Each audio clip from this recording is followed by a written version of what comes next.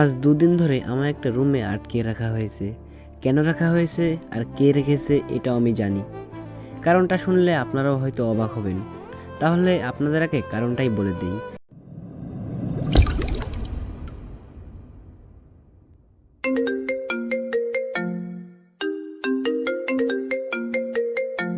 কারণটা হলো মিম আপুর প্রপোজাল একসেপ্ট না করার জন্য। এখন আপনাদের মনে হয়তো প্রশ্ন আসছে, এই মিম আবার কে, আর ও কেন আমায় প্রপোজ করছে, তাই তো? তাহলে আগে ওনার পরিচয়টা দিয়ে দেই। তার আগে আমার পরিচয় পর্বটা শেষ করে নিই। আমি তামিম, মা বাবার একমাত্র ছেলে। এইবার অনার্স প্রথম বর্ষে পড়ছি। বাকিটা গল্প শুনলে জানতে পারবেন। এদিকে মিম আপু হলেন এই শহরের মালিক চৌধুরীর একমাত্র মেয়ে মিম চৌধুরী, আর ওনার বাবা মালিক চৌধুরী হলেন এই শহরের নামকরা ব্যবসায়ীদের মধ্যে একজন। আর মিম আপু অনার্স তৃতীয় বর্ষে পড়েন। এদিকে উনি আমার সিনিয়র, আর আরেকদিকে আমি যে ভার্সিটিতে পড়ি উনিও সেই ভার্সিটিতেই পড়েন।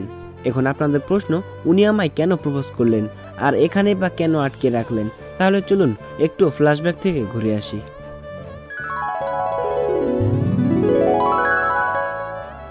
ইন্টার পরীক্ষায় পাশ করে নতুন একটা ভার্সিটিতে ভর্তি হয়েছি। তো ভার্সিটির প্রথম দিন ভার্সিটিতে ঢুকতেই একটা মেয়ে আমায় ডাক দিল। ওই ছেলে, এইদিকে আয়। প্রথমে বুঝতে পারিনি যে মেয়েটা আমায় ডাকছে, তাই কোনো দিকে না তাকিয়ে আগের মতো হাঁটতে থাকলাম। আবার মেয়েটা ডাক দিল।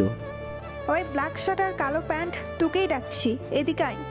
এখন দাঁড়িয়ে পড়লাম আর বুঝে গেলাম মেয়েটা আমাকেই ডাকছে, কারণ আজ আমি ব্ল্যাক শার্ট আর কালো প্যান্ট পরে এসেছি। আশেপাশে তাকিয়ে বোঝার চেষ্টা করছি কে আমায় ডাকছে। তখন একদল ছেলে টাইপের মেয়েদের দিকে চোখ পড়তেই ওদের মধ্যে একটা মেয়ে আমায় আঙুলের ইশারা করে ওদের কাছে আসতে বলল। আমিও বুঝে গেলাম যে এরাই আমায় ডাকছে, তাই মাথা নিচু করে ওদের পাশে গিয়ে দাঁড়ালাম। জি আপু, আমায় ডাকছেন? পুরা আবুলের মতো কথা বলছে। ওদের মধ্যে একটা মেয়ে বলল কথাটা। এইখানে তুই ছাড়া অন্য কাউকে দেখছি না, তাহলে কাকে ডাকবো? মাথাটা তুলে একটু আশেপাশে তাকিয়ে দেখি সত্যিই কেউ নেই। জি বলেন, আমায় কেন ডেকেছেন? এতক্ষণ ধরে যে ডাকছি শুনতে পাস না? সরি, আসলে আমি বুঝতে পারিনি যে আপনারা আমায় ডাকছেন। এই, তোর নাম কি রে? জি, আমার নাম তামিম। আর আপনার? আমার নাম মিম। এখন হয়েছে? এতক্ষণ ধরে উনি আমার বিপরীত দিকে মুখ করে বসেছিলেন, তাই ঠিকমতো চেহারা দেখতে পারিনি। কিন্তু উনি যখন আমার দিকে ফিরে তাকালেন, সাথে সাথে আমি হা হয়ে ওনার দিকে তাকিয়ে রইলাম। কারণ একটা মেয়ে এত সুন্দর হতে পারে তা আগে জানতাম না। শুধু হা করে ওনার দিকে তাকিয়ে আছি, কোনো কথা বলছি না। ওনার দিকে তাকিয়ে থাকতে থাকতে কোথায় যে হারিয়ে যাই খেয়ালই নেই। এই ছেলে, এইভাবে তাকিয়ে আছিস কেন? হঠাৎ ওনার কথায় বাস্তবে ফিরলাম। জি, আমায় কিছু বলছেন? তোকে কিছু জিজ্ঞাসা করছি, কথা কানে যায় না? কোন ইয়ারে পড়িস জিজ্ঞাসা করেছি। জি, আমি এবার অনার্স প্রথম বর্ষে উঠেছি। আপনি? আমি তৃতীয় বর্ষে। এখন শোন, প্রতিদিন ভার্সিটিতে আসার পর আমাদের এসে সালাম দিয়ে যাবি, মনে থাকে যেন। এখন ক্লাসে যা। জি, আরেকটা কথা ছিল। আবার কি? আসলে আমি এই ভার্সিটিতে তো নতুন, তাই ঠিকমতো কিছু চিনি না। আমার ক্লাসরুমটা কোথায় যদি একটু দেখিয়ে দিতেন। ওই দ্বিতীয় তলার বামের রুমটা। আঙুল দিয়ে ইশারা করে দেখিয়ে দিলেন। ধন্যবাদ। আচ্ছা, তাহলে আমি এখন যাই। যা। তারপর আর কথা না বলে ওনার দেখানো ক্লাসরুমটায় চলে আসলাম। ক্লাসে ঢুকতে যাব তখন ওই ভিতরে তাকিয়ে দেখি ক্লাসের সবাই আমার দিকে হা করে তাকিয়ে আছে। বুঝলাম না এদের আবার কি হলো যার জন্য এইভাবে হা করে তাকিয়ে আছে। এইসব বিষয়ে লক্ষ্য না করে ক্লাসে ঢুকে একটা বেঞ্চে গিয়ে বসে পড়লাম। একা একা বসে আছি, কারণ আমার বন্ধুরা এখনো ভার্সিটিতে আসেনি। অনেকক্ষণ ধরে বসে আছি, আর এদিকে ক্লাসের সবাই আমার দিকে হা করে তাকিয়ে আছে। মনে হয় আমি কোনো এলিয়েন। সব মিলিয়ে আর ক্লাসে বসে থাকতে ভালোই লাগছে না, তবুও ধৈর্য নিয়ে বসে আছি। এমন সময় হঠাৎ একটা ছেলে এসে আমার পাশে বসলো। হাই, আমি রনি। তুমি? আমি তামিম। হাত মিলিয়ে কথাটা বললাম। আচ্ছা মিম আপুর সাথে তুমি এত কিসের কথা বললা এত সময়? আসলে আমি ইচ্ছে করে বলিনি, ওনার একটা ফ্রেন্ডই প্রথমে আমায় ওদের কাছে ডেকে নিয়ে যায়। আচ্ছা, এখন ক্লাসের সব ছেলে মেয়েরা যে তোমার দিকে এইভাবে তাকিয়ে আছে এটার মানে বুঝতেছো? না তো। আচ্ছা, ওরা আমার দিকে এইভাবে তাকিয়ে আছে কেন? তাহলে শোনো, মিম আপু হলেন এই শহরের নামকরা ব্যবসায়ী মালিক চৌধুরীর একমাত্র মেয়ে। ওনাকে এই ভার্সিটির সব ছেলেরাই জমের মতো ভয় পায়, কারণ ওনার বাবার উপরে কেউ কথা বলতে পারে না। কেউ কিছু বললেই ওনার বাবাকে দিয়ে উচিত শিক্ষা দেয়। আর ভার্সিটিতে প্রতিদিন একটা না একটা নতুন ছেলে দেখলেই ওরা সবাই মিলে ওকে র্যাগিং করে। আর এইসবের জন্য ভার্সিটির সবাই ওনাকে লেডি ডন নামে চিনে। তোমাকেও ভার্সিটিতে নতুন মনে হচ্ছে, কিন্তু তোমাকে ওরা কিছুই করেনি। এটা দেখে আমি সহ ভার্সিটির সব ছাত্রছাত্রীরা অবাক। তাহলে এখন বুঝছো কেন ওরা তোমার দিকে তাকিয়ে আছে? মিমের ব্যাপারে রনির মুখ থেকে এত কথা শুনে ভয়ে আমার গলা শুকিয়ে গেল। এত ডেঞ্জারাস মেয়ে, আর আমি কি না ওর সাথে এমন ব্যবহার করলাম? না জানি আমায় পেলে আবার কি করে। কি হলো, তুমি ভয় পাচ্ছ নাকি? না না, আমি ভয় পাবো কেন? কিসের ভয় আমার? সেটা সময় হলেই বুঝতে পারবা। আচ্ছা, আমরা যেহেতু ক্লাসমেট, তাহলে একে অপরকে তুই করে বলি। আচ্ছা। আর আজ থেকে আমরা ফ্রেন্ড। এইভাবে আমি আর রনি টুকটাক কিছু কথা বলতে থাকলাম। কথা বলছি এমন সময় আমার দুই হারামি বন্ধুগুলো ক্লাসে চলে আসলো। কিরে, তুই কখন এলি? অনেক আগে এসেছি, কিন্তু তোরা আসতে দেরি করলি কেন? জানিস আজ একটুর জন্য আমার খেলা শেষ হয়ে যেত। মানে কি, তুই আমাদেরকে না বলেই খেলায় নেমে পড়লি? কাজটা একদম ঠিক করলি না। আরে বেটা, আমি সেই খেলার কথা বলছি না। আচ্ছা তাহলে শুন। এরপর ওদেরকে সব ঘটনা খুলে বললাম। এখন আমার কি হবে? ওই মিমাপু যদি আমায় একা পেলে কিছু করে ফেলে? আরে কিছু করবে না, আমরা আছি তো তোর সাথে। কিছুক্ষণ পর ক্লাসে স্যার চলে আসলেন। আর কথা না বলে যার যার সিটে গিয়ে সবাই বসে পড়লাম। তারপর এক এক করে সবকটা ক্লাস শেষ করে বন্ধুদের নিয়ে ক্লাসরুম থেকে বের হয়ে আসলাম। ভার্সিটির ভিতরে দিয়ে হাঁটছি আর আশেপাশে তাকাচ্ছি। দেখলাম মিমাপুকে কোথাও দেখা যাচ্ছে না। কিরে, কাকে খুঁজছিস? না মানে মিমাপু কোথায় রে? ওনাকে দেখছি না তো। কোথায়? আরে উনি হয়তো বাসায় চলে গেছেন। ও আচ্ছা। তারপর সবাইকে বিদায় জানিয়ে আমিও বাসায় চলে আসলাম। বাসায় এসে কলিং বেল চাপ দিতেই আম্মু এসে দরজা খুলে দিলেন। কিরে, আজ তোর ভার্সিটির প্রথম দিন কেমন কাটলো? হ্যাঁ আম্মু, ভালোই। আচ্ছা তুই রুমে গিয়ে ফ্রেশ হয়ে নে, আমি তোর জন্য টেবিলে খাবার দিচ্ছি। আচ্ছা বলে রুমে চলে আসলাম। রুমে এসে ফ্রেশ হয়ে নিচে চলে এলাম। এসে দেখি আম্মু আগে থেকে টেবিলে খাবার সাজিয়ে রেখে দিয়েছেন। তাই চুপচাপ একটা চেয়ার টেনে গিয়ে টেবিলে বসে পড়লাম। খাবারটা খেয়ে আবার রুমে চলে আসলাম। রুমে এসে কিছুক্ষণ ফেসবুকিং করার পর একটু ঘুমিয়ে পড়লাম, কারণ আজ ভার্সিটির জন্য অনেক সকালে ঘুম থেকে উঠেছিলাম।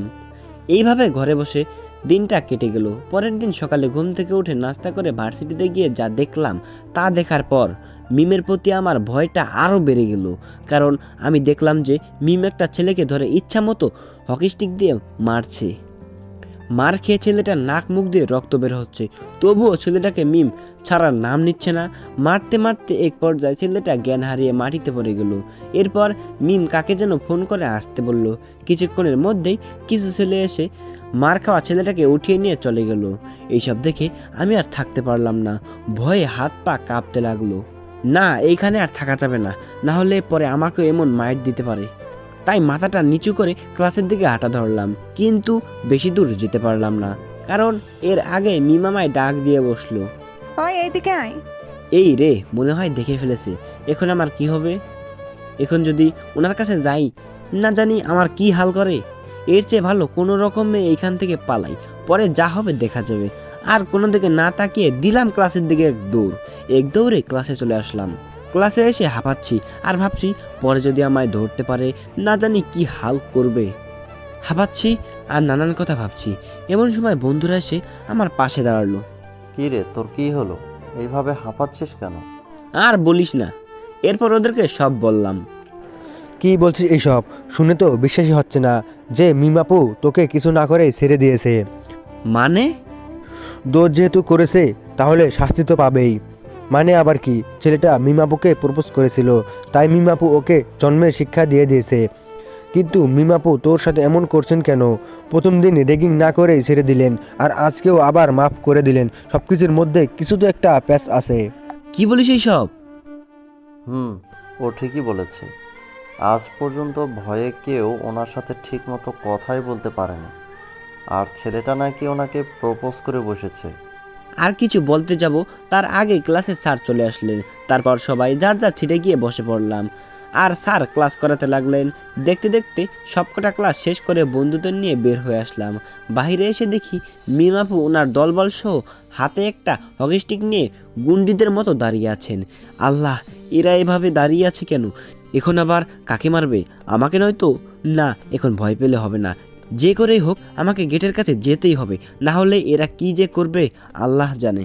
বন্ধুদের নিয়ে মাথা নিচু করে হেঁটে হেঁটে মিমাপুদের ক্রস করে গেটের কাছে আসার আগে পেছন থেকে মিমাপু ডাক দিয়ে বসলেন।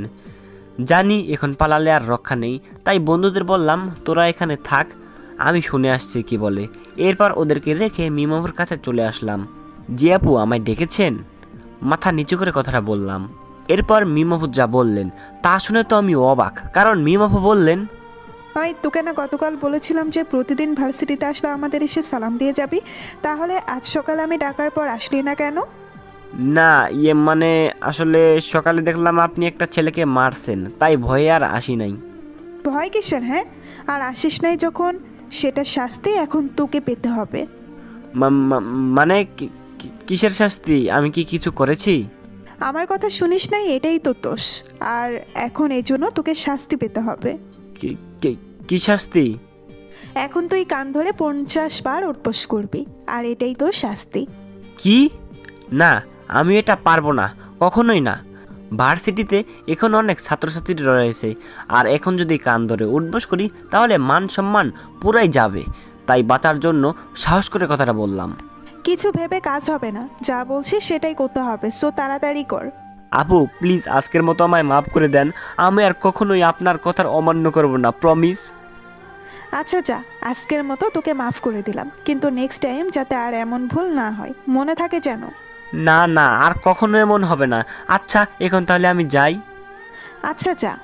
আর দেরি না করে ওদের কাছ থেকে সোজা বন্ধুদের কাছে চলে আসলাম। মিম আপু তোকে ডেকে নিয়ে কি বলল? তেমন কিছু না, এমনি জিজ্ঞেস করলো আমি ভার্সিটিতে নতুন নাকি।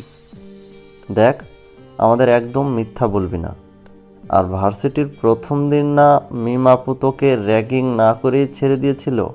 তাহলে আজ উনি তোকে এই সব প্রশ্ন করবেন কেন? সত্যি সত্যি বল, উনি তোকে কি বলেছেন? এই যা, নিজের জালে নিজেই ফেসে গেলাম, এখন এদের কি বলবো? আচ্ছা শুন। তারপর ওদেরকে সব বলে দিলাম, না বলে আর বাঁচার উপায় নেই, তাই সত্যিটাই বলতে হলো। কি, মিম আপু তোকে প্রথম দিন এই কথা বলেছিলেন, আমাদের আগে বললি না কেন? এমনি সরি, রাগ করিস না প্লিজ। কিন্তু মিমাপু তোর সাথে এমন করছেন কেন? প্রথম দিন রেগিং না করেই ছেড়ে দিলেন, আর আজকেও আবার মাফ করে দিলেন। সব কিছুর মধ্যে কিছু তো একটা প্যাচ আছে। ভাই এইসব প্যাচ তুই বাসায় নিয়ে যা, আর ওইখানে গিয়ে বের করিস। এখন আমার বাসায় যেতে হবে, আমি গেলাম। এরপর বন্ধুদের থেকে বিদায় নিয়ে সোজা বাসায় চলে আসলাম।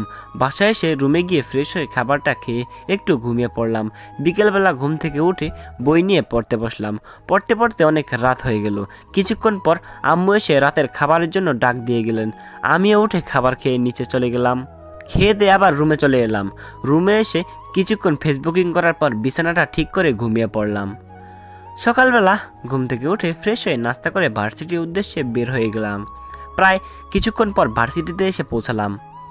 ভার্সিটির গেট দিয়ে ঢুকতে যাব, তখনই নজর গেল মিমাপুদের আড্ডার দিকে। ওরা সবাই দেখছি ওইখানেই বসে আছেন।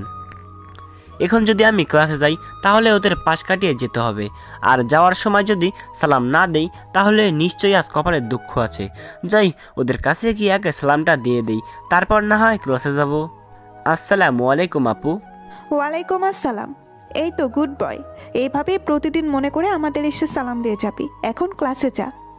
আচ্ছা বলে ক্লাসে চলে এলাম। কি রে মিম, তুই ছেলেটার সাথে এত ফ্রি হয়ে কথা বলছিস কেন? আর ভার্সিটির প্রায় সকল নতুন ছাত্রদেরই তুই র্যাগিং করেছিস, কিন্তু এই ছেলেটাকে ছেড়ে দিলি কেন?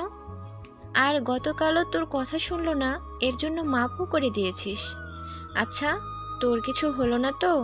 হঠাৎ এত পরিবর্তন এলো যে? মিমের একটা বান্ধবী কথাটা বলল। আমার কিছুই হয়নি, আর এই ছেলেটা সবার থেকে আলাদা, তাই ওর সাথে ফ্রি হয়ে কথা বলি। আমার তো অন্য কিছু মনে হচ্ছে। অন্য কিছু মানে? মনে হচ্ছে তুই ছেলেটার প্রেমে পড়ে গেছিস, তাই এসব করছিস। আরে দূর, ও আমার 2 বছরের ছোট, আমি কেন আর প্রেমে পড়তে যাব? সেটা সময় হলেই বোঝা যাবে। এদিকে আমি ক্লাসে এসে দেখলাম সব হারামিগুলো আগে থেকে ক্লাসে এসে বসে আছে আর গল্প করছে। আমিও গিয়ে ওদের পাশে বসে পড়লাম আর গল্প করতে লাগলাম। কিছুক্ষণের মধ্যে স্যার ক্লাসে চলে আসলেন। তারপর এক এক করে সব স্যারেরা এসে ক্লাস নিতে লাগলেন। সব ক্লাস শেষ করে ভার্সিটি ছুটি হয়ে গেল। আমিও বন্ধুদের নিয়ে বাইরে চলে আসলাম। এরপর সবাইকে বিদায় জানিয়ে বাসায় চলে আসলাম। এইভাবে দেখতে দেখতে কয়েকটা দিন কেটে গেল। এখন আমরা সব বন্ধুরা মিলে ভার্সিটির একটা গাছের নিচে বসে প্রায় আড্ডা দিই। তো একদিন ভার্সিটিতে গিয়ে আমি আমাদের আড্ডায় একাই বসেছিলাম, কারণ হারামি বন্ধুগুলা আজ আসেনি। একা একা বসে আছি। এমন সময় একটা মেয়ে এসে আমার সামনে দাঁড়ালো। হাই তমা, তুমি? আমি তামিম। আচ্ছা, আমরা যেহেতু একই ক্লাসে পড়ি, সো ফ্রেন্ড। সরি, আমি পারবো না। আসলে আমার মেয়েদেরকে একদমই ভালো লাগে না, তাই ওর মুখের উপর না করে দেই। কেন, ফ্রেন্ড হলে সমস্যা কি? এমনি আমার ইচ্ছে নেই। দেখো, আমি তোমার কাছে অনেক আশা নিয়ে এসেছি যে আমরা ফ্রেন্ডশিপ করব। প্লিজ আমায়। কি ভাবছেন কাউকে চর মারা হয়েছে? একদম ঠিক, কিন্তু সেটা তোমাকে মারা হয়েছে। আর যে মেরেছে সে আর কেউ না, মিম আপু। এই মেয়ে, তোর সমস্যা কি? হ্যাঁ, দেখছিস না ও তোর সাথে ফ্রেন্ডশিপ করতে চাচ্ছে না, তারপরে ওকে কেন বিরক্ত করছিস? যা এখন এইখান থেকে, আর কখনো যেন ওর আশেপাশে না দেখি। আর হ্যাঁ, তুই এখন চুপচাপ ক্লাসে যা, আর ভুলেও এদিক ওদিক তাকাবি না, আর কখনো যেন কোনো মেয়ের সাথে কথা বলতে না দেখি। যা এখন। ওনার এরকম রাগী চেহারা দেখে ভয়ে ওখান থেকে সোজা ক্লাসে চলে আসলাম। আল্লাহ, কি গুন্ডি মেয়ে একটা! আজ এই প্রথম আমি মিমাপুর রাগ দেখলাম। একটা মেয়ের এত রাগ আসে কোত্থেকে? কিন্তু একটা কথা ভেবে পাচ্ছি না, মিমাপু হঠাৎ করে এসে তোমাকে চর মারলেন কেন? আর আমার সাথে ফ্রেন্ডশিপ করতে আসায় তোমাকে এত কথা কেন শোনালেন? না, আর কিছু ভাবতে পারছি না। দেখতে দেখতে অনেকটা সময় কেটে গেল। কিছুক্ষণ পর সব হারামিগুলোও ক্লাসে চলে আসলো। এরপর ওদের সাথে বসে কিছুক্ষণ গল্প করলাম, কিন্তু ওদের তোমার ঘটনা জানাইনি, না হলে ওরা কত কি বলবে। একটু পর ক্লাসে স্যারও চলে আসলেন আর ক্লাস শুরু করতে লাগলেন। সব ক্লাস শেষ করে বন্ধুদের নিয়ে বাইরে চলে আসলাম। বাইরে এসে দেখি মিমাপু ও ওনার বন্ধুরা ওদের আড্ডায় দাঁড়িয়ে আছেন। ওইদিকে নজর না দিয়ে আমি আমার বন্ধুদের নিয়ে হাঁটতে লাগলাম।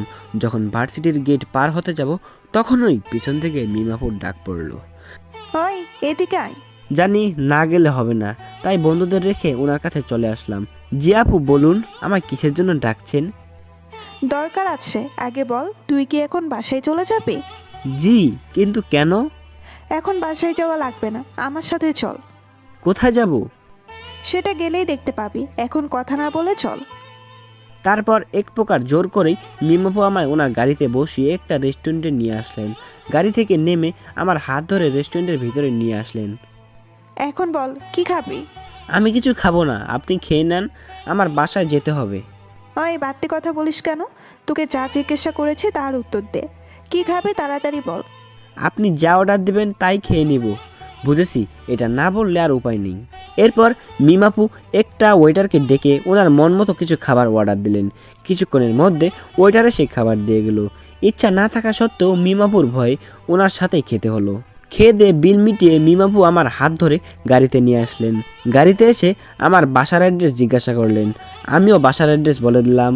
এরপর আর কথা না বলে মিমাপু গাড়ি চালিয়ে সোজা আমাদের বাসার কাছে নিয়ে আসলেন। গাড়ি থেকে নেমে বাসায় ঢুকতে যাব, তখন ওই পিছন থেকে মিমাপু ডাক দিলেন। ওই, আমি তোকে যেতে বলেছি। না মানে সরি, আর কোনো দরকার আছে নাকি? শোন, কাল সকালে তাড়াতাড়ি ভার্সিটিতে আসবি, আর এসেই আমার সাথে দেখা করবি। যদি আমার কথার বরখেলাপ হয় তাহলে তোকে মজা বুঝাবো, মনে থাকে জানো। এখন বাসায় যা। আচ্ছা। তারপর বাসায় ঢুকে সোজা রুমে চলে আসলাম। রুমে এসে ফ্রেশ হয়ে বসে আছি আর ভাবছি, হঠাৎ মিমাপু আমায় কাল সকালে ওনার সাথে দেখা করতে বললেন কেন? এভাবেই আজকের ঘটনা ঘটে গেল। এভাবেই আজকের ঘটে যাওয়া বিষয়গুলো ভাবছি, তখন ওই আম্মু রুমে আসলেন। কিরে, আজ এত দেরি করে আসলি কেন? আর এসেই কিছু না খেয়েই রুমে বসে রইলি?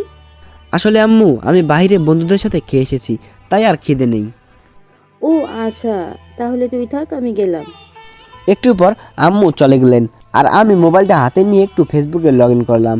ফেসবুকে ঢুকতেই হারামিগুলা মেসেজ দিয়ে জ্বালাতে শুরু করলো। মিমাপু তোকে কোথায় নিয়ে গেছিল, কেন নিয়ে গেছিল, ইত্যাদি ইত্যাদি প্রশ্ন করতে লাগলো। আমি ওদেরকে বললাম কাল ভার্সিটিতে আসলে সব বলবো। তারপর আরও কিছুক্ষণ ফেসবুকিং করার পর মোবাইলটা রেখে একটু পড়তে বসলাম।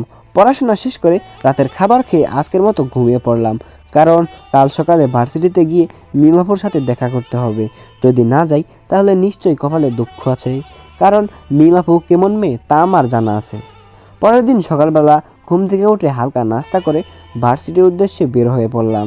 প্রায় কিছুক্ষণ হাঁটার পর ভার্সিটি এসে পৌঁছালাম, কিন্তু ভার্সিটিতে এসে এমন কিছু হবে তা আমি কখনোই আশা করিনি। ভার্সিটির গেটের কাছে এসে দেখি মিমাপু ওনার বন্ধুদের নিয়ে ওদের আড্ডায় বসে আছেন।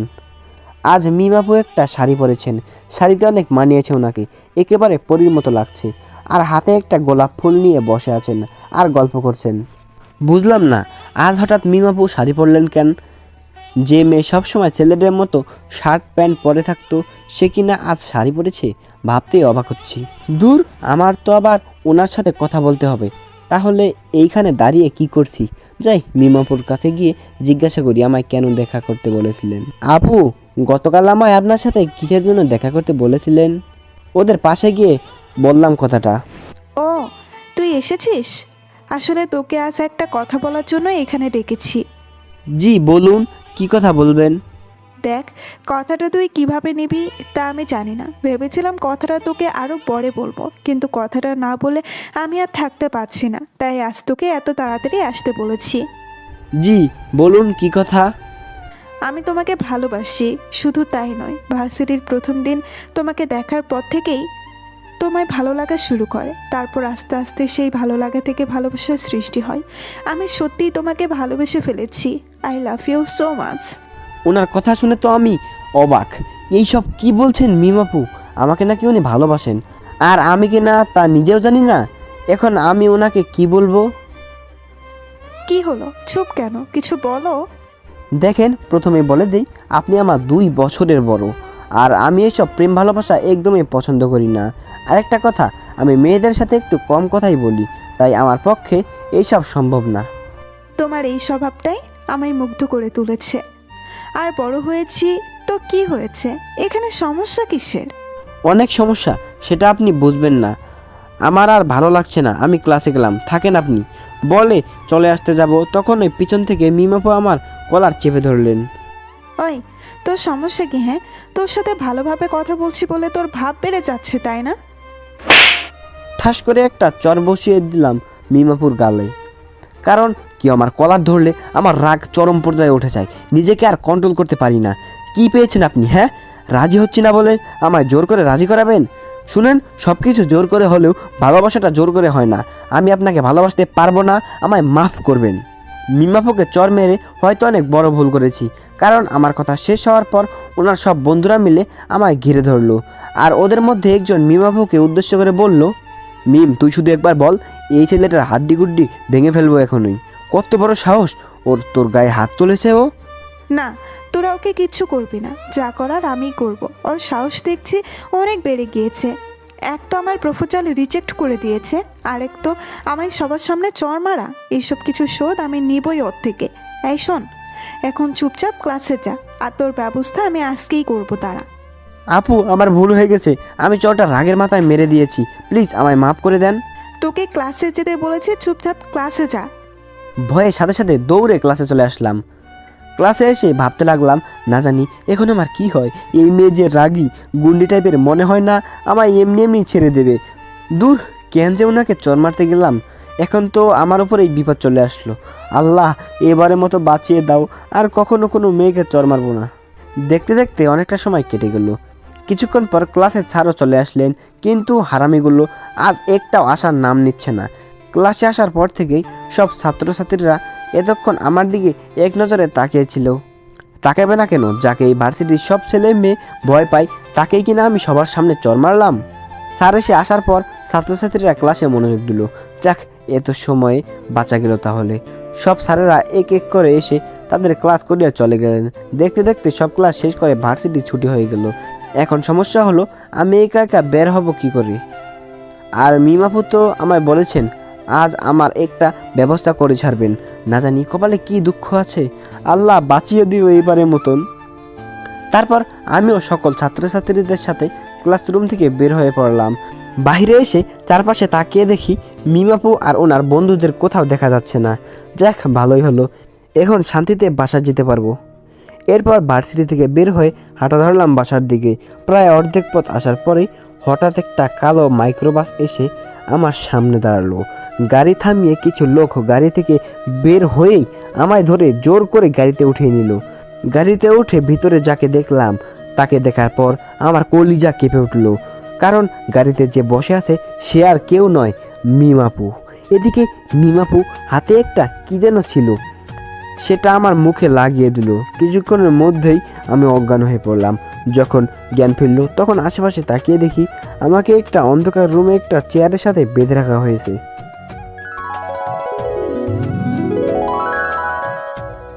তো এই ছিল ফ্ল্যাশব্যাক। আশা করি এখন আপনারা বুঝে গেছেন আমাকে এইখানে আনার কারণটা কি। এখন গল্পতে আসি। চেয়ারে বসে বসে শুধু ভাবছি কিভাবে এইখান থেকে পালানো যায়। মিমাপু যেমন মেয়ে, বলা যায় না কখন কি করে বসে, এই রকম নানান কথা ভাবছি। ঠিক তখনই রুমের দরজা খোলার আওয়াজ পেলাম। সামনে তাকিয়ে দেখি মিমাপু একটা প্লেটে কিছু খাবার নিয়ে এসেছেন। সরি সোনা, খাবার বানাতে একটু দেরি হয়ে গেছিল, তাই তাড়াতাড়ি নিয়ে আসতে পারিনি। জানি এইগুলো আমার জন্য এনেছেন, কারণ আজ সকাল থেকে আমার কিছুই খাওয়া হয়নি। মিমাপু হেঁটে হেঁটে আমার পাশে এসে একটা চেয়ার টেনে বসে পড়লেন। আপনাকে খাবার বানাতে কে বলেছে? কেউ বলে নাই, আমি নিজ ইচ্ছাতেই বানিয়েছি, তাও শুধু তোমার জন্য। কিছু বললাম না, শুধু মনে মনে বলছি ঢং কত আসছে আমার জন্য খাবার বানাতে। এই নাও, হাঁ করো, আজ আমি তোমার জন্য বিরিয়ানি বানিয়ে এনেছি, খেয়ে দেখো তো কেমন হয়েছে। আমার হাতের বাঁধন খুলে দেন, আমি নিজের হাতেই খেতে পারবো। না বাবুটা, তা হবে না, আমি তোমায় নিজের হাতেই খাওয়াবো। আমি আপনার হাতে খেতে পারবো না। চুপ, আর একটা কথাও নয়। এতক্ষণ ভালো করে কথা বলছি বলে কি ভেবেছিস আমি কিছু বলবো না? চুপচাপ হা কর, না হলে খুব খারাপ হবে। ভয়ে হা করে ফেললাম, কারণ মিমাপুর রাগ উঠলে না জানি পরে কি করে। মিমাপু আমায় খাওয়াতে শুরু করলেন, আমিও চুপচাপ খেয়ে যেতে লাগলাম। ভয়ে কোনো কথা বলছি না, কারণ ওনার চেহারায় এখনো রাগের ছাপ রয়ে গেছে। প্রায় অর্ধেক খাওয়া শেষ হলে বাকিটুকু মিমাপু খেতে শুরু করলেন। এইটা দেখে আমি তো অবাক হইনি, কারণ প্রথম থেকেই মিমাপু আমার প্লেটের খাবার থেকে অর্ধেক নিজে খেতেন। এই বিষয়ে ওনাকে কিছু বললে উনি বললেন এটা নাকি ভালোবাসা, একে অপরে প্লেটের খাবার খেলে নাকি ভালোবাসা বাড়ে। খাওয়া শেষ হলে মিমাপু আমায় পানি খাইয়ে দিয়ে চলে যেতেছিলেন, তখন আমি ওনাকে ডাক দেই। কি হলো, কিছু বলবা? আমাকে ছেড়ে দেন না প্লিজ, আমি বাসায় যাব। আম্মু আব্বু হয়তো আমার জন্য চিন্তা করছে, প্লিজ আমায় ছেড়ে দেন। সরি সোনা, তোমাকে ছাড়ার জন্য তো এখানে নিয়ে আসছি নাই। আপনি কিন্তু খুব খারাপ কাজ করছেন আমার সাথে। আমি যদি একবার এইখান থেকে পালাতে পারি তাহলে পুলিশের কাছে গিয়ে আপনার নামে কেস করব, বলে দিলাম। একটু সাহস করে বললাম কথাটা, দেখি ভয় পাই কিনা। মিম কথাটা শুনে সাথে সাথেই আমার মুখ চেপে ধরলো আর বলল, কি, তোর এত সাহস, তুই আমাকে হুমকি দিচ্ছিস? আজ পর্যন্ত কেউ আমার সাথে ঠিক মতো কথাও বলেনি, শুধু বলেছিস তুই। শোন, আমি তোকে ভালোবাসি বলে তুই এখনো এখানে ঠিক মতো আছিস, না হলে কবেই তোর কাহিনী শেষ করে ফেলতাম। ও অপু লক্ষ্য সরুন। মুখ চেপে ধরায় ঠিক মতো কথা বলতে পারছি না। ওই, একদম আপু বলে ডাকবি না, না হলে খুন করে ফেলবো। আপনি আমার বড়, আপনাকে আপু বলবো না তো কি বলবো? কেন, আমার নাম নেই? নাম ধরে ডাকবি। আমি পারবো না। কি বললি? না মানে বলবো।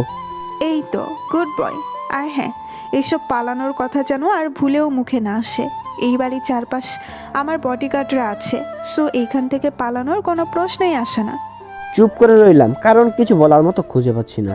আচ্ছা, আমি তাহলে এখন এই প্লেটগুলো রেখে আসি, তুমি থাকো। এরপর মিমাপু চলে গেলেন, আর আমি চেয়ারে বসে হাত পা বাঁধা অবস্থায় বসে রইলাম। কোনো মেয়ের পাল্লায় পড়লাম রে ভাই, কিছু বললেই রেগে যায়। না জানি এইখানে আর কতদিন থাকতে হবে। আম্মু আব্বু হয়তো আমার জন্য চিন্তা করছেন। না, এইভাবে চলবে না, এইখান থেকে পালানোর একটা উপায় বের করতেই হবে। অনেকক্ষণ ধরে ভাবছি, কিন্তু কিছুই মাথায় আসছে না। হঠাৎ চারপাশে তাকাতেই চোখ পড়লো মাটিতে একটা ব্লেড রাখা। এই তো পেয়ে গেছি, হ্যাঁ এটাই দরকার এইখান থেকে পালানোর জন্য। কিন্তু ওই ব্লেডের কাছে আমি যাব কি করে? আমার তো হাত পা দুটোই বাঁধা। অনেকক্ষণ ধরে ভাবতে লাগলাম কি করা যায়। অবশেষে সিদ্ধান্ত নিলাম কুড়িয়ে কুড়িয়ে যাওয়া যায় কিনা দেখি। যেই ভাবা সেই কাজ, শরীরের সমস্ত শক্তি দিয়ে চেয়ার সহ সামনে এগোতে লাগলাম।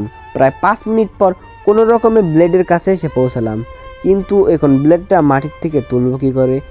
অনেক সময় ধরে ব্লেডটা তোলার চেষ্টা করছি, কিন্তু কিছুতেই ভেবে পাচ্ছি না। এমন সময় হঠাৎ বাহির থেকে রুমের দরজা খোলার আওয়াজ এলো। সামনে তাকিয়ে দেখি মিমাপুর দরজার কাছে দাঁড়িয়ে আছে। আল্লাহ, আমি শেষ। এখন যদি মিমাপুর জিজ্ঞাসা করে আমি এইখানে কেন আর কিভাবে আসলাম, তাহলে আমি কি বলবো? আরে তুমি এখান থেকে ওইখানে গেলে কিভাবে? কি করতে চাচ্ছিলা সত্যি করে বলো তো। না, আমার এইসব ভালো লাগে না, আর আপনি এইসব আর করবেনও না। আচ্ছা, করব না, তবে আজ রাতে একটু করব, কারণ তোমার পালানোর শাস্তি এখনো রয়ে গেছে। কি আর কমু ভাই, মাইয়ার লজ্জা শরম বলতে কিচ্ছু নাই। নিজে তো আমায় কয়েকটা চর মেরেছিলেন, এতে কি আমার শাস্তি হয়নি? কিছুটা হয়েছে, কিন্তু এখনো পুরোটা হয়নি, তাই রাতের পুরো শোধ নিয়ে নিব। কিছু বললাম না, কারণ যত যাই বলি না কেন উনি বুঝবেন না। আচ্ছা, তুমি বিছানায় বসো, আমি তোমার জন্য খাবার নিয়ে আসছি। সারাদিন ধরে তো কিছুই খাওনি। আর হ্যাঁ, একদম পালানোর চেষ্টা করবে না, না হলে এর ফল খুব খারাপ হবে। কথাগুলো বলেই মিমাপু বাইরে চলে গেলেন। আমিও আর দাঁড়িয়ে না থেকে বিছানায় বসে পড়লাম। জানি এখন আর পালাতে পারবো না, আর পালাতে গিয়ে যদি মিমাপুর কাছে আবার ধরা পড়ে যাই তাহলে নিশ্চয়ই অবস্থা খারাপ করে দেবেন। রুমে একা একা বসে আছি, এমন সময় মিমাপু হাতে একটা খাবার প্লেট নিয়ে হাজির। প্লেটটা নিয়ে সোজা আমার পাশে এসে বসে পড়লেন। এই নাও, হা করো, আমি তোমায় খাইয়ে দিচ্ছি। আমার হাত দিয়ে আমি খেতে পারবো, কাউকে খাওয়াই দিতে হবে না। কথা কম বলে যা বলছি তাই করো, না হলে শাস্তিটা বেড়ে যেতে পারে। দূর, ভালো লাগে না কিছু। তারপর এক প্রকার বাধ্য হয়ে হা করতে হলো। মিমাপু আমার মুখে খাবার তুলে দিচ্ছেন আর আমি খাচ্ছি। প্লেটে খাবার প্রায় অর্ধেক খাওয়া হলে মিমাপু প্লেটটা আমার হাতে ধরিয়ে দিয়ে বললেন, আগেই তো বললাম আমি নিজ হাতে খেতে পারবো, তাহলে অর্ধেক খাইয়ে রেখে দিলেন কেন? বাকি খাবারগুলো আমি খাবো তাই। তো খান, প্লেটটা আমার হাতে দিচ্ছেন কেন? কারণ এখন তুমি আমায় তোমার হাতে খাইয়ে দিবে। সরি, আমি পারবো না, আপনার ইচ্ছা হলে নিজ হাতে খান। কি বললা, আবার বলো। বললাম তো পারবো না। আমি জানতাম তুমি এটা বলবে, তাই এর ব্যবস্থা আগে থেকেই করেই রেখেছিলাম। এ কি, আপনি চাকু কই পেলেন? সেটা তোমার না জানলেও চলবে। এখন বলো, একটু আগে কি যেন বলেছিলে? কই কি বললাম? তুমি না বললে আমায় খাইয়ে দিবে না? না না, আমি এটা কখন বললাম? আমি খাইয়ে দেবো বলছি তো। এই তো লাইনে এসেছো, এখন চুপচাপ খাইয়ে দাও, অনেক খিদে লেগেছে। এরপর বাধ্য হয়ে মিমাপুকে খাইয়ে দিতে হলো। মিমাপুকে খাইয়ে দিচ্ছি আর উনি ছোট বাচ্চাদের মতো খেয়ে যাচ্ছেন। চাকুটা এখনো হাতে নিয়ে বসে আছেন। খাবার মুখে দিতে একটু দেরি করলেই মিমাপু চাকুটা দিয়ে ভয় দেখান। সব মিলিয়ে একটা প্যারার মধ্যেই আছি। মিমাপুর খাওয়া শেষ হলে প্লেটটা নিয়ে বাইরে চলে গেলেন। আমি আর কি করব, রুমে একা একা বসে রইলাম। অনেকক্ষণ ধরে একা বসে থাকতে থাকতে শরীরটা ক্লান্ত হতে শুরু করলো। পাশে যখন বিছানা আছে তাহলে একটু শুয়ে পড়ি, তাহলে ভালো লাগবে। যেই ভাবা সেই কাজ, বিছানায় শুয়ে পড়ে দিলাম এক ঘুম। ঘুম ভাঙলো কারো নরম হাতের ছোঁয়ায়। চোখ মিলে তাকিয়ে দেখি মিমাপু আমার মাথার কাছে এসে বসে আমার মাথায় হাত বুলিয়ে দিচ্ছেন। আমার দিকে উনি এক নজরে তাকিয়ে আছেন, যা দেখে আমি একটু লজ্জা পেলাম। লজ্জায় শোয়া থেকে উঠে বসলাম। কি হলো, উঠে পড়লে কেন? তুমি ঘুমাও, তোমার মাথায় হাত বুলিয়ে দিচ্ছি। না, শরীরটা একটু ক্লান্ত লাগছিল তাই শুয়ে পড়েছিলাম। এখন ভালো লাগছে, আর ঘুমাবো না। আপনি কখন আসলেন? একটু আগেই আসলাম, এসে দেখি তুমি শুয়ে আছো, তাই আর ডাক দিলাম না। ও, তো এখন কয়টা বাজে? 7টা বেজে গেছে। আচ্ছা, আমার একটা আবদার পূরণ করবেন? কি বলো? বলছি কি, অনেকদিন ধরেই তো বাসার কাউরের সাথে যোগাযোগ হয়নি, যদি একটু বাসায় ফোন করে দিতেন। এত যোগাযোগ করা লাগবে না, যেভাবে আছো সেইভাবেই থাকো। আচ্ছা জানি, আর কথা বাড়িয়ে কোনো লাভ হবে না, তাই আর কিছু বললাম না। দেখতে দেখতে অনেকটা সময় কেটে গেল। এদিকে মিমাপু কোথা জানি চলে গেলেন। একটু পর আবার রুমে আসলেন হাতে একটা খাবার প্লেট নিয়ে। প্লেটটা নিয়ে আমার কাছে এসে বসে পড়লেন। আর কি বলবো, দুপুরের মতোই আমাকে উনি খাওয়িয়ে দিলেন, আর ওনাকে আমার খাওয়িয়ে দিতে হলো চাকর ভয়ে। খাওয়া শেষ হলে প্লেটটা নিয়ে উনি আবার বাইরে চলে গেলেন। একা একা রুমে বসে আছি। তখন আবার মিমাপু রুমে আসলেন। আমি ঘুমাবো কোথায়? কেন, এই রুমে। আর আপনি? তোমার সাথে। কি? অসম্ভব, আপনার সাথে এক বিছানায় ঘুমাতে পারবো না। কি বললা? পারবা না তাই না? বিছানার কাছে এসে চাকুটা বের করে। দেখেন, সবসময় ভয় দেখাবেন না।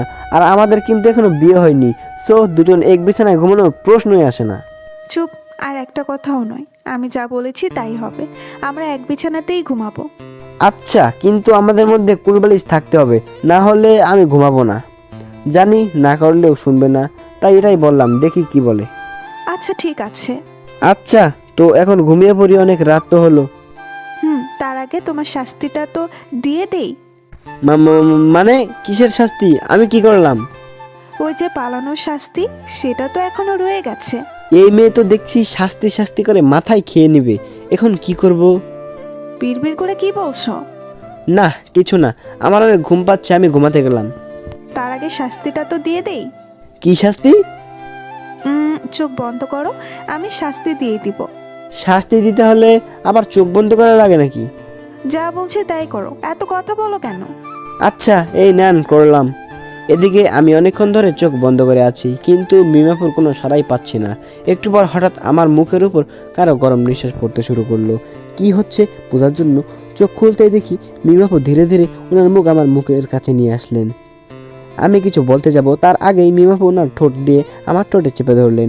পরে কি হলো বুঝতে তো পারছেন। নিজেকে ওনার থেকে ছাড়াতেই পারছি না। অবশেষে 5 মিনিট পর উনি নিচ থেকে আমাকে ছেড়ে দিলেন। ছেড়ে দিয়ে দুজনে একসাথে হাঁপাচ্ছি। মার ডালা রে, এটা মেয়ে নাকি রোবট? আরেকটু হলে নিশ্চয় আমায় আর খুঁজে পেতাম না, যেভাবে চেপে ধরেছিল। কি হলো? এত কি ভাবছো? একটাই পেট ভরেনি বুঝি? কি বলছেন এইসব? লজ্জা শরম বলতে কিছু নেই নাকি আপনার? একটা ছোট্ট নিষ্পাপ বাচ্চাকে যে কোনো সময় কিস করে বসেন। ওরে নিষ্পাপ বাচ্চারে, কাল বিয়ে করলে মাসখানেক পরে বাচ্চার বাপ হবে, আর নিজেকে নিষ্পাপ বাচ্চা বলো? আমার এখনো বিয়ের বয়স হয়নি, সো আমি তো বাচ্চাই। আর বেশি দিন বাচ্চা থাকতে হবে না, বিয়েটা হলেই বড় হয়ে যাবে। মানে কার বিয়ে? কারো নয়, অনেক রাত হয়েছে, শুয়ে পড়ো যাও। আর কথা না বলে চুপচাপ বিছানায় গিয়ে একটা বালিশ নিয়ে শুয়ে পড়লাম। এর আগে মাঝখানে একটা কুলবালিশ রেখে দিলাম। বিছানায় শুয়ে থাকতে থাকতে কখন যে ঘুমিয়ে পড়লাম খেয়ালই নেই। সকালবেলা ঘুম ভাঙলো, বুকে ভারী কিছু একটা অনুভব করলাম। চোখ মেলে তাকিয়ে দেখি মিমাপু আমায় জড়িয়ে ধরে আমার বুকের উপর শুয়ে আছেন। এটা দেখে সাথে সাথে আমি লাফ মেরে বিছানা থেকে উঠে বসলাম। আমি উঠাতে মিমাপুরও ঘুম ভেঙে গেল। কি হলো, এভাবে উঠে পড়লা কেন? কত সুন্দর একটা স্বপ্ন দেখছিলাম তোমায় নিয়ে। আরে রাখেন আপনার স্বপ্ন, আগে বলেন আপনি আমার বুকের উপর শুয়েছিলেন কেন?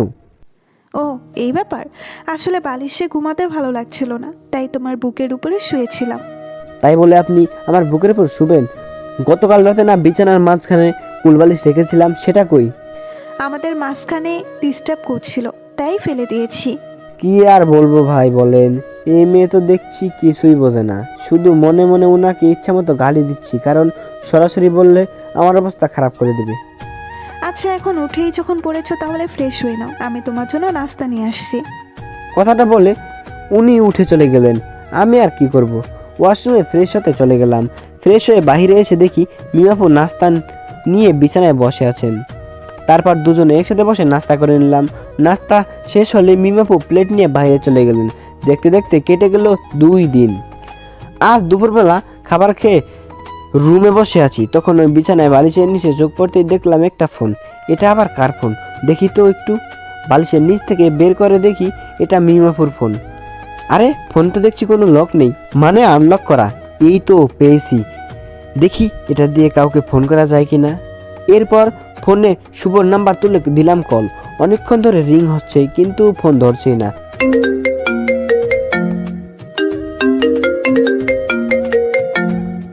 প্রথমবার কেটে গেল, তারপর আবার দিলাম।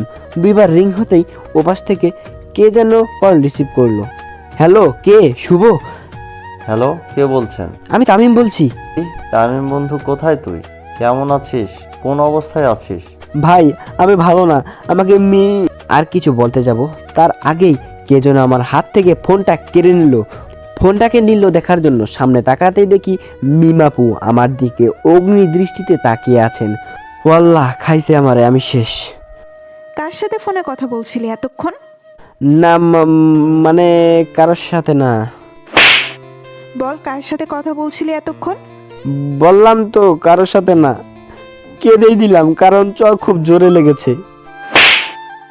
ভালোই ভালোই বলে দে কার সাথে কথা বলেছিস, না হলে চড়িয়ে গাল লাল করে দিব।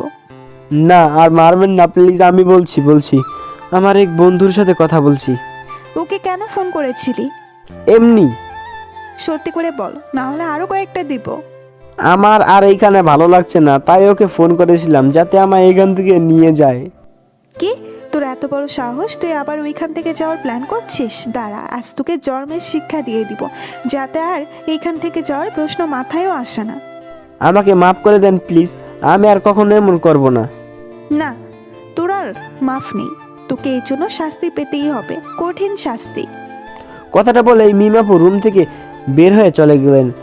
জানি আজকে কপালে বড় কোনো দুঃখ আছে। দূর, কেন যে ওকে ফোন করতে গেলাম। এদিকে প্রায় কিছুক্ষণ পর মিমাপু রুমে আসলেন।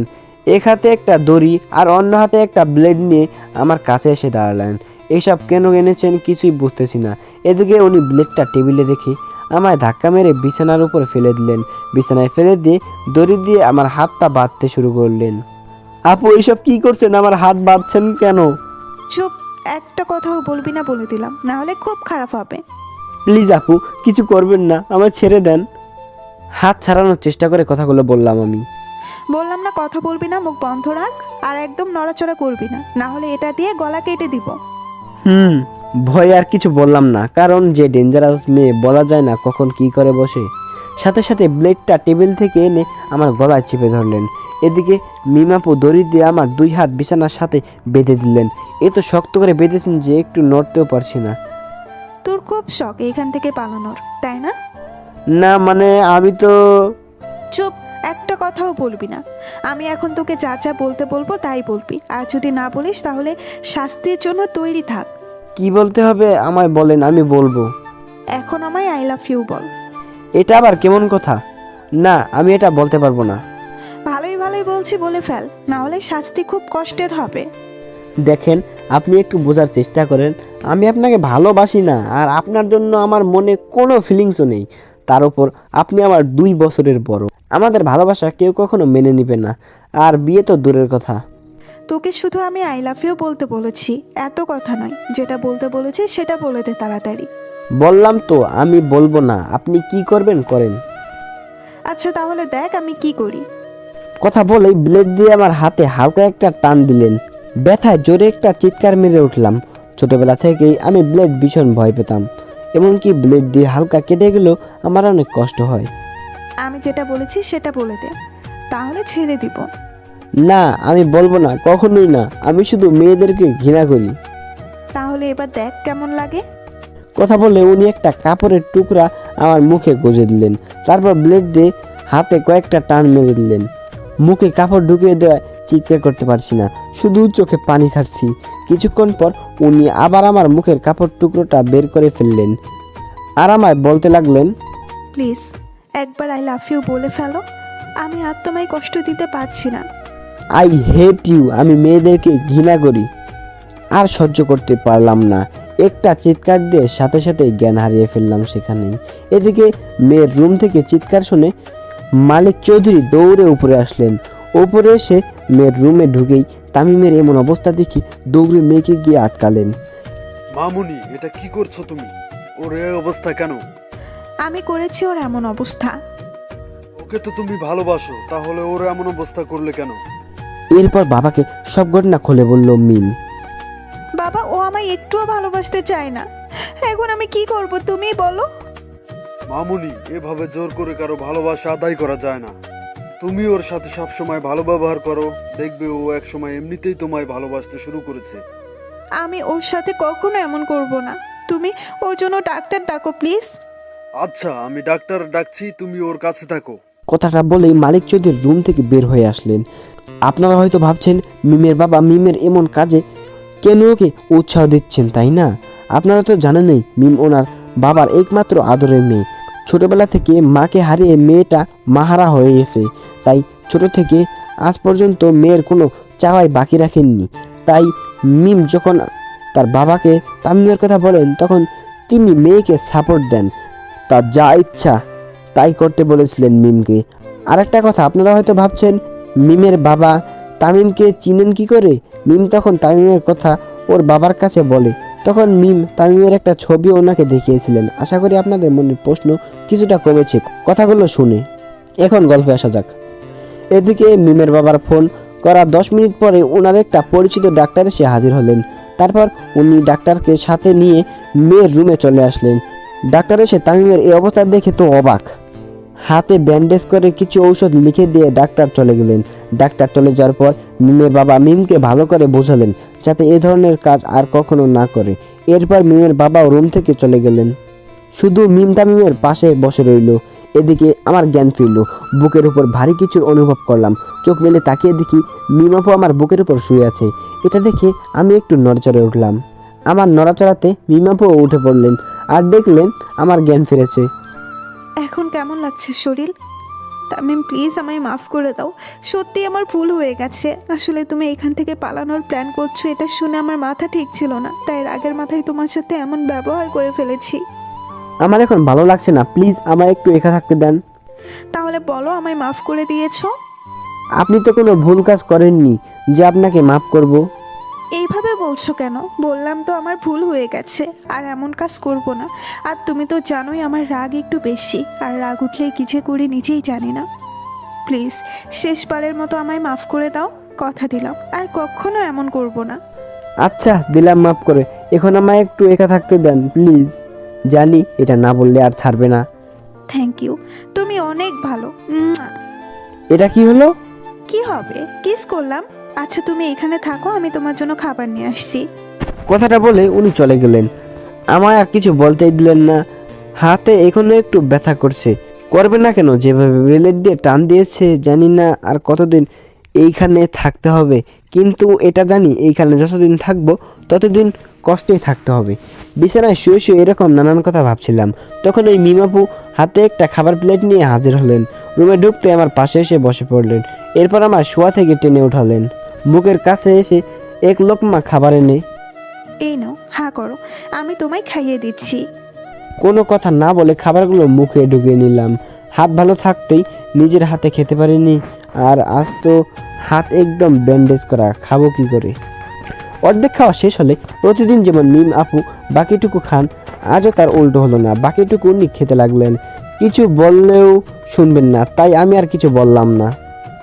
ওনার খাওয়া শেষ হলে আমায় কিছু ঔষধ খাইয়ে দিয়ে প্লেটটা নিয়ে রুমে চলে গেলেন। অনেকক্ষণ ধরে একা একা বসে আছি, কিন্তু মিমাপু আসছেন না। আর ভালো লাগছিল না, তাই চোখটা বন্ধ করে একটু ঘুমানোর চেষ্টা করলাম। চোখ বন্ধ করে থাকতেই কখন যে ঘুমিয়ে পড়লাম খেয়ালই নেই। এদিকে তামিমের ফ্যামিলির কী খবর চলুন একটু জেনে নেই। তামিম কিডন্যাপ হওয়ার পর থেকেই ওর বাবা মা ওর সব বন্ধুদের ফোন করে জিজ্ঞাসাবাদ করেন ওনার ছেলে তাদের কারোর সাথে আছে কিনা, কিন্তু ওরা সবাই ওর ব্যাপারে কিছুই বলতে পারেনি ওর বাবা মাকে। অবশেষে তামিমের বাবা মা কোনো পথ না দেখে পুলিশের কাছে গিয়ে ওনার ছেলের নামে কিডন্যাপ হওয়ার ফাইল লেখান। এই কয়েকদিনে পুলিশেরা তামিমকে শহরের সব জায়গায় খুঁজে দেখেছে, কিন্তু কোথাও পায়নি। পাবে কি করে? মিম তামিমকে এমন জায়গায় নিয়ে এসেছে যেখানে দূর দূরান্ত পর্যন্ত মানুষের বসবাসই নেই। শহরের কোনার একটা নির্জন জায়গায় তামিমকে এনে লুকিয়ে রেখেছে মিম। এদিকে আজ শুভর ফোনে অচেনা নাম্বার থেকে তামিমের ফোন পেয়ে শুভ অনেকটা অবাক হয়ে গেল। সাথে সাথে তামিমকে কয়েকটা প্রশ্ন করে বসলো শুভ, কিন্তু তামিম কিছু বলার আগেই ফোনটা কেটে দিল। চেষ্টা করে তামিমের থেকে কিছু জানতে না পেরে শুভ আর উপায় না পেয়ে ঘটনাটা তামিমের পরিবারকে জানায়। তার আগে তাদের সব বন্ধুদেরও তামিমের ঘটনাটা জানিয়ে দিল সে। শুভর মুখ থেকে ছেলেদের কথা শুনে তামিমের মায়ের চোখে জল চলে আসে। কোথায় আছে আমার ছেলে, কেমন আছে, কোন অবস্থায় আছে ইত্যাদি প্রশ্ন করতে লাগলো শুভকে, কিন্তু শুভ ওনার কোনো প্রশ্নের উত্তরই দিতে পারেনি। কিভাবে দিবে সে? নিজেও জানে না তামিম কোথায় আছে। মায়ের মন কি জিনিস তা হয়তো আমরা অনেকেই জানি না।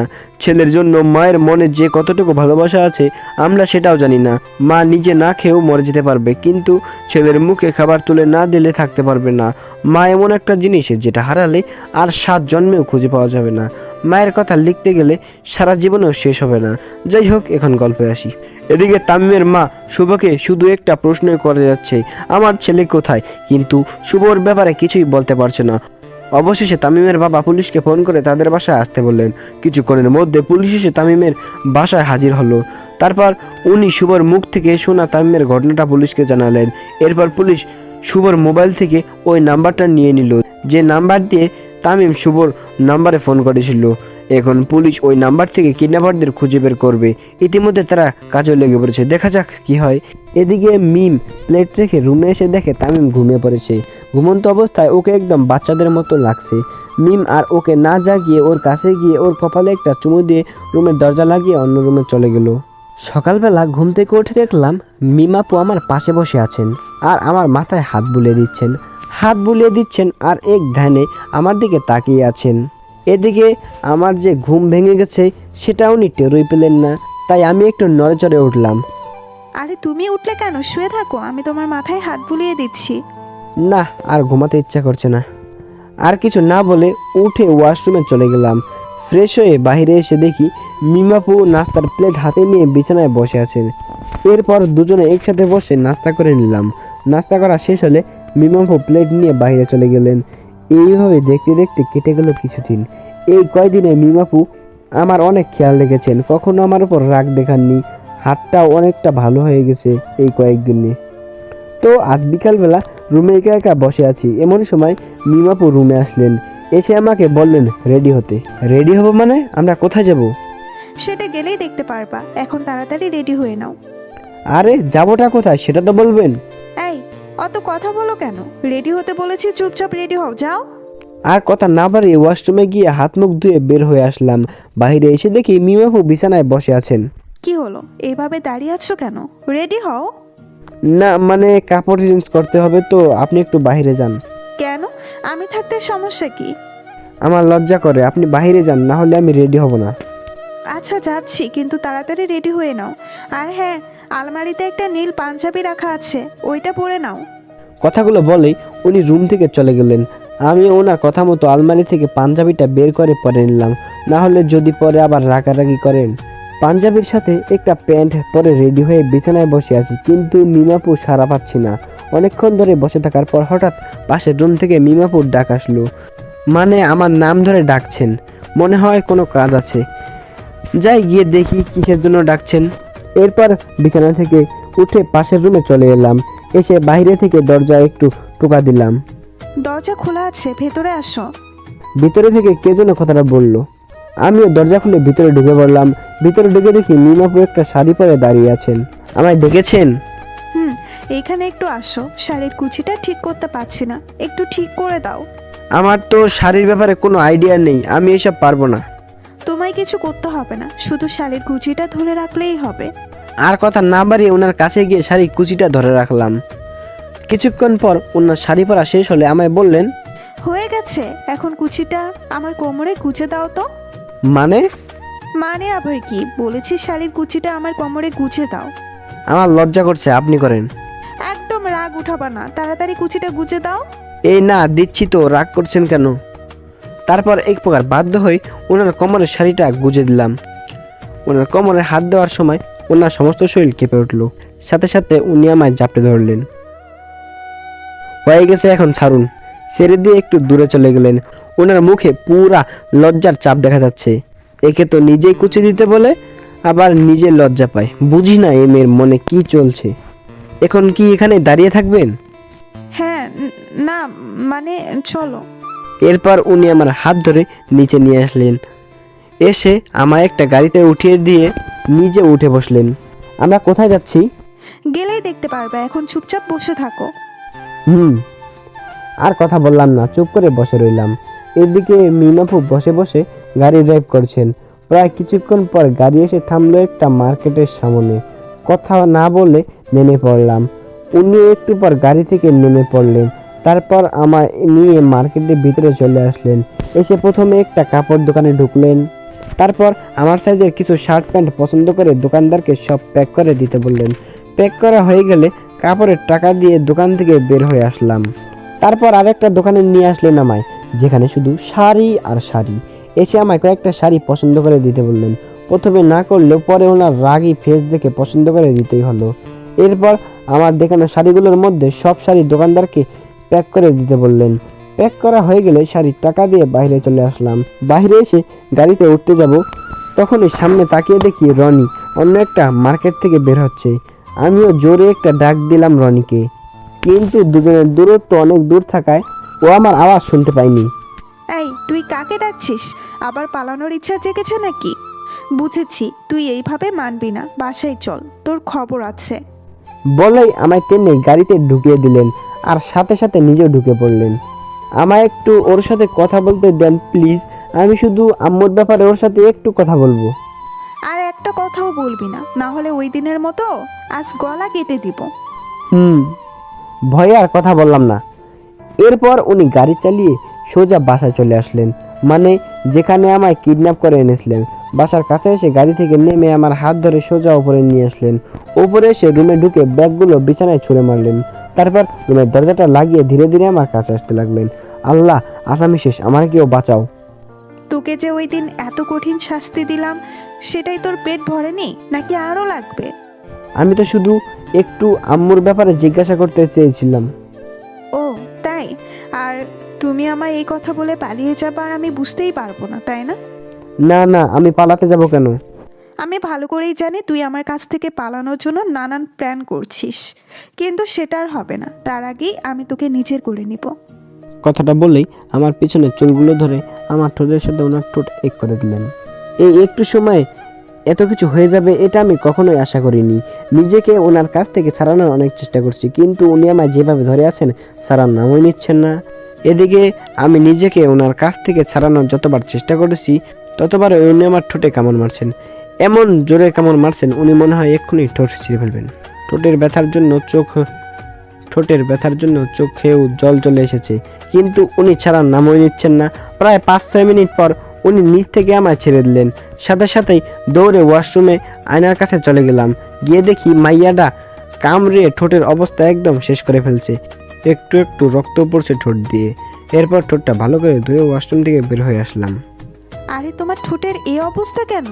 শয়তান মাইয়া কোথাকার, নিজে কামড় মেরে বলে ঠোঁটের এমন অবস্থা কেন? বিড়বিড় করে কি বলছো? আপনার কি একটু দয়া মায়া নেই? দেখেন আমার ঠোঁট কামড়ে কি হাল করেছেন ঠোঁটের। সরি, আসলে তখন তুমি নড়াচড়া করছিলে তো, তাই রাগের মাথায় একটু কামড় মেরে দিয়েছিলাম। ঠোঁট দিয়ে রক্ত বের হচ্ছে আর এটাকে আপনি একটু কামড় বলছেন? বললাম তো সরি। আচ্ছা তুমি একটু দাঁড়াও, আমি এক্ষুনি আসছি। বলেই রুম থেকে চলে গেলেন। কি মেয়ে রে ভাই, কামড়ে রক্ত বের করে দিয়েছে আর এটাকে একটু কামড় বলছে। আমি জানি আমার একটা লুচ্চা দর্শক লুকিয়ে লুকিয়ে আমাদের সব দেখছে, তাই আপনাকে আগেই সতর্ক করে দিচ্ছি, মিম আসার আগেই এখান থেকে চলে যান, না হলে এসে যদি আপনাকে ওইখানে দেখে তাহলে আবার আমার উপর অত্যাচার শুরু করে দিবে। একা একা বিছানায় বসে আছি, এমন সময় মিম আপু হাতে একটা বক্স নিয়ে রুমে আসলেন। এসেই আমার সামনে বসে পড়লেন আর বক্স খুলে কি যেন একটা বের করতে লাগলেন, হাতে একটু তুলা নিয়ে। দেখি কোথায় কেটেছে, দেখাও তো। থাক, আপনাকে আর কষ্ট করে আমার জন্য কিছু করতে হবে না। ওই বাড়তি কথা বলিস কেন? দেখাতে বলছি দেখা, না হলে আবার আগের মতো কামড় দিব। না না, এই যে এইখানে কেটেছে, কাটা জায়গা দেখিয়ে দিলাম, না হলে বলা যায় না যদি আগের মতো আবার কামড় মেরে বসে। তারপর উনি তুলা দিয়ে রক্ত মুছে কি একটা ওষুধ লাগিয়ে দিলেন। বেশ ভালোই লাগছে এখন। হয়ে গেছে, এখন ব্যথা কমেছে? আচ্ছা তুমি থাকো, আমি বাক্সটা রেখে আসি। বলেই রুম থেকে চলে গেলেন। কিছুক্ষণ একা একা বসে থাকার পর উনি আবার রুমে আসলেন। এসে বিছানায় থাকা ব্যাগগুলো উঠিয়ে আমার কাছে এসে বসলেন। এই নাও, এগুলো তোমার জন্য। এইসব আপনাকে কে আনতে বলেছে? আমি আপনার জিনিস নিতে পারবো না। কেউ বলেনি, আমি নিচে থেকেই এনেছি। এখন চুপচাপ এগুলো নাও। বললাম তো আমি আপনার জিনিস নিতে পারবো না, আপনার জিনিস আপনার কাছেই রাখেন। এই তোকে ভালো করে বলছি বলে লাই পাচ্ছিস তাই না? চুপচাপ এগুলো নে, না হলে মেরে লাশ বানিয়ে দিব। এমনিতেই তো এইখানে লাশ বানিয়ে রেখেছেন, মনে মনে কথাটা বললাম। ওই কি বললি, আবার বল। না না, আমি কখন কি বললাম? বললাম ব্যাগগুলো দিন, আমি নিচ্ছি। এই তো ভালো ছিলে, এই নাও। কি মেয়ে রে ভাই, মনে মনে কিছু বললে বুঝে নাই। এইভাবে মিমাপুর রাগ ভালোবাসার মধ্যে দিয়ে কেটে গেল কিছুদিন। এই কয়দিনে মিম তামিমের সাথে ভালোই ব্যবহার করছে, কিন্তু তামিমের কিছুতেই এইখানে মন বসছে না। মায়ের কথা মনে হলেই ওর মাঝে কান্না পায়, কিন্তু কিছুই করার নেই। একদিন সকালে রুমে বসে আছি, এমন সময় মিমাপু রুমে আসলেন। এসে আমার কাছে বসে পড়লেন। স্বাভাবিকভাবেই বললেন, শোন, আজ আমরা দুজন বিয়ে করব। কি কি বলছেন এসব? মাথা ঠিক আছে তো আপনার? হুম। আর এই কয়দিন ধরে আমার খুব ভয় করছে, মনে হয় কোনো একদিন তোমায় হারিয়ে ফেলতে পারি। তাই আমি আব্বুকে বলে আমাদের বিয়ের ব্যবস্থা করে ফেলেছি। আমি আপনাকে বিয়ে করতে পারবো না। বিয়ে তো তোকে করতেই হবে, হোক সেটা জোর করি। দেখেন, বিয়ে কোনো খেলা নয় যে বললেই হয়ে যাবে। এতে দুই পক্ষেরই মত থাকা দরকার, আর আমার এই বিয়েতে একদমই মত নেই। তোকে যখন এতদিন ধরে এখানে জোর করে আটকে রেখেছি, তাহলে বিয়েটাও জোর করেই করব। আরে কেন এমন করছেন আমার সাথে? কি ক্ষতি করেছি আমি আপনার? কিছুই করিসনি, আমি তোকে ভালোবাসি তাই এমন করছি। এটা ভালোবাসা নয়, আর আপনি তো ভালোবাসা মানেই বোঝেন না। আমার এত কিছু বোঝার দরকারও নেই, শুধু তোমায় পেলেই হবে। দেখেন, একটু বোঝার চেষ্টা করেন। বললাম না আমার এত বোঝার দরকার নেই। আমি গেলাম, তুমি থাকো, বান্ধবীদের বিয়ের দাওয়াতটা দিয়ে আসি। কথাটা বলে রুম থেকে চলে গেলেন। যা চলে গেল, এখন আমি কি করব? আল্লাহ, এই মেয়ের হাত থেকে আমার বাঁচাও। বিয়ের আগে আমার সাথে যা করছে, না জানি বিয়ের পর কি করবে। এখন এই বিয়ে থেকে বাঁচার একটাই উপায়, এখান থেকে পালানো। যে করেই হোক আমার এখান থেকে পালাতে হবে, নাহলে ফেঁসে যাব। দেখি একটু ভেবেচিন্তে কিভাবে পালানো যায়। ভাবতে ভাবতে অনেকটা সময় কেটে গেল, কিন্তু কিছুই মাথায় আসছে না। অবশেষে সিদ্ধান্ত নিলাম, এবারই ছাদ থেকে পালিয়ে যাব, তাহলে আর কেউ টেরই পাবে না। তারপর উঠে রুম থেকে বের হয়ে ছাদের দিকে পা বাড়ালাম। সিঁড়ি বেয়ে উঠতে যাব, তখন এই কোথা থেকে জানি মিমাপু এসে পড়লেন। ওই কই যাও? না মানে একটু ছাদে যাচ্ছি। কেন, সাথে গিয়ে কি করবা? এমনি একটু হাওয়া খেতে যাচ্ছি। আচ্ছা তাহলে যাও, আর হ্যাঁ একটু তাড়াতাড়ি আসবে কিন্তু। আচ্ছা বলে সোজা ছাদে চলে আসলাম। ছাদে এসে চারপাশে ভালো করে দেখে নিলাম, না নিচে তো মিমাপুর লোকজনদেরকে দেখছি না। যাক ভালোই হলো, পাড়াতে অন্তত সহজ হবে। তারপর একটা মোটা পাইপ দেখে ওইটায় চড়ে নিচে নামতে লাগলাম। আগে বলে রাখি, ছোটবেলা থেকে পাইপ বেয়ে নামা ওঠা আমি শিখে ফেলেছি, তাই এখন পাইপ বেয়ে নামতে একটু অসুবিধা হচ্ছে না। প্রায় 5 মিনিট পর পাইপ বেয়ে নিচে এসে নামলাম। অনেক কষ্ট হয়েছে নামতে, তাই না? পাইপ বেয়ে নামার সাথে সাথেই কে যেন পিছন থেকে কথাটা বলল। কি হলো, পানি লাগবে নাকি? পিছনে ঘুরে তাকিয়ে দেখি মিমাপু। উনি এইখানে কি করছেন? আমি আজ শেষ। আপনি আপনি এখানে? কেন? না মানে আসলে। চুপ, একটা কথাও বলবি না আর। তোর অনেক সাহস বেড়ে গেছে তাই না? আমার চোখ ফাঁকি দিয়ে পালিয়ে যাবি আর আমি টেরই পাবো না, তাই না? ভেতরে চল একবার, শুধু বিয়েটা হোক, তারপর বুঝাবো মজা। বলে আমার হাত ধরে টেনে ভিতরে নিয়ে আসলেন। আপনারা হয়তো ভাবছেন মিম কিভাবে জানলো তামিম পালাচ্ছে, তাই না? যখন তামিম মিমকে ছাদে যাওয়ার কথা বলেছিল, তখন ওই মিমের মনে সন্দেহ জাগে। তারপর ওকে ছাদে পাঠিয়ে মিম নিচে গিয়ে দেখতে পেল তামিম একটা পাইপ বেয়ে নিচে নামছে। আর কি, তখন মিম বুঝে গেল তার ধারণাই ঠিক। বুঝলেন তো নাকি? তাহলে এখন গল্পে আসি। এদিকে মিমাপু আমার হাত ধরে টেনে রুমে নিয়ে আসলেন। এসে রুমে ঢুকিয়ে বাইরে থেকে দরজা লক করে চলে গেলেন। দূর, আবার ধরা পড়ে গেলাম। মনে হয় এই জন্য এখান থেকে পালানো যাবে না। এদিকে মিম গিয়ে ওর বাবাকে বিয়ের জন্য কাজীকে আনতে বলল। তারপর 2টা লোক পাঠিয়ে দিল তামিমকে তৈরি করার জন্য, সাথে সে নিজেও তৈরি হতে চলে গেল। এদিকে রুমে হাঁটাহাঁটি করছিলাম, তখন ওই দরজা খুলে 2টা লোক এসে আমায় জোর করে বিয়ের কাপড় পরাতে লাগলো। আমি কাপড় পরবো না বলছিলাম, বলে একটা লোক পকেট থেকে চাকু বের করে ভয় দেখিয়ে বিয়ের কাপড় পরিয়ে দিল। এদিকে নিচে কাজী এসে হাজির। এরপর বরার কনেকে নিয়ে আসতে বললেন। মিমের বাবা মিমকে আর তামিমকে নিয়ে আসতে ইশারা দিলেন লোকদের। এরপর তামিমকে 2জন জোর করে নিচে নিয়ে আসলো, আর এদিকে মিমকে 2জন মেয়ে বউ সাজিয়ে নিয়ে আসলো। কাজী 2জনকে এক পাশে বসাতে বলল। তারপর শুরু হলো বিয়ে পড়ানো। এক পর্যায়ে কাজী মিমকে কবুল বলতে বললে মিম সাথে সাথে 3বার কবুল বলে ফেললো। এরপর কাজী তামিমকে কবুল বলতে বললেন। তামিম একবার মিমের দিকে আরেকবার কাজীর দিকে তাকাচ্ছে, কবুল বলবে কিনা সেটা নিয়ে সে চিন্তায় পড়ে গেল। কবুল বলতে অনেক দেরি হয়ে যাওয়ায় মিম ঘোমটা তুলে তামিমের দিকে রাগের চোখে তাকালো। তামিম বুঝে গেছে এখন তার কবুল না বলে আর কোনো উপায় নেই। এরপর সে কবুল বলতে যাবে, তখন একদল পুলিশ এসে তাদের চারদিক থেকে ঘিরে ফেললো। কেউ পালানোর চেষ্টা করবেন না, সবাই যার যার জায়গায় থাকেন। পুলিশের মধ্যে একজন বলল কথাটা। আমার ছেলে কোথায়? কই আমার ছেলে তামিম? বাবা কেমন আছিস তুই? কতদিন হলো তোকে দেখি না। পুলিশের ভিড় ভেঙে তামিমের মা সামনে এসে বললেন কথাটা। আম্মু তুমি এইখানে কি করছো? কথাটা বলে উঠে গিয়ে আম্মুর সামনে দাঁড়ালাম। এইসব পরে বলবো, আগে বল তোকে এইখানে কারা ধরে নিয়ে এসেছিল? কি আবার? ওই যে বসা আছেন মিমাপু, উনি তামিমকে এইখানে কিডন্যাপ করে এনেছেন। আচ্ছা মা, আমার একটা প্রশ্নের উত্তর দাও তো। আমার ছেলেকে আমার থেকে দূরে রেখে তোমার কি লাভ হলো? জানো মা, আমার ছেলেটা হারিয়ে যাওয়ার পর থেকে প্রতি রাতে ওর জন্য কেঁদেছি। আচ্ছা, তুমি ওকে এইখানে কেন নিয়ে এসেছিলে আমায় বলো তো? আন্টি, আমি আপনার ছেলেকে ভালোবাসি আর ওকে আমার মনের কথাও জানাই, কিন্তু ও আমায় ফিরিয়ে দেয়, একটুও ভালোবাসে না। তাই ওইখান থেকে ওকে ধরে নিয়ে এসেছিলাম। তুমি এখন কি চাও? আমি আপনার ছেলেকে সত্যিই ভালোবাসি। আমি ওকে ছাড়া বাঁচবো না। আমি ওকে বিয়ে করতে চাই। তামিম শুধু আমার, ওকে আমি অন্য কারো হতে দিব না। আপনি যদি ওকে আমার সাথে বিয়ে না দেন, তাহলে আমি এক্ষুনি এই ছুরি দিয়ে আমার গলা কেটে ফেলবো। তুমি যে ভুলটা করেছো তার জন্য আমার ছেলেকে তোমার সাথে বিয়ে দেওয়ার প্রশ্নই আসে না। আমি আমার ছেলের জন্য ভালো পরিবারের একটা মেয়ে খুঁজে ওর সাথে বিয়ে দিব।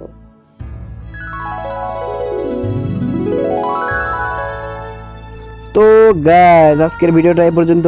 আশা করছি ভিডিওটা আপনাদের কাছে অনেক ভালো লাগছে। তো ভিডিওটা বানাইতে আমাদের অনেক পরিশ্রম হয়েছে, আমি সহ আমাদের টিমের অনেক পরিশ্রম হয়েছে। তো ভাই প্লিজ প্লিজ প্লিজ প্লিজ চ্যানেলটাকে সাবস্ক্রাইব করে দেন। একটা সাবস্ক্রাইব তো চাচ্ছি ছোটো ভাই হিসাবে, আর কিছুই চাচ্ছি না ভাই।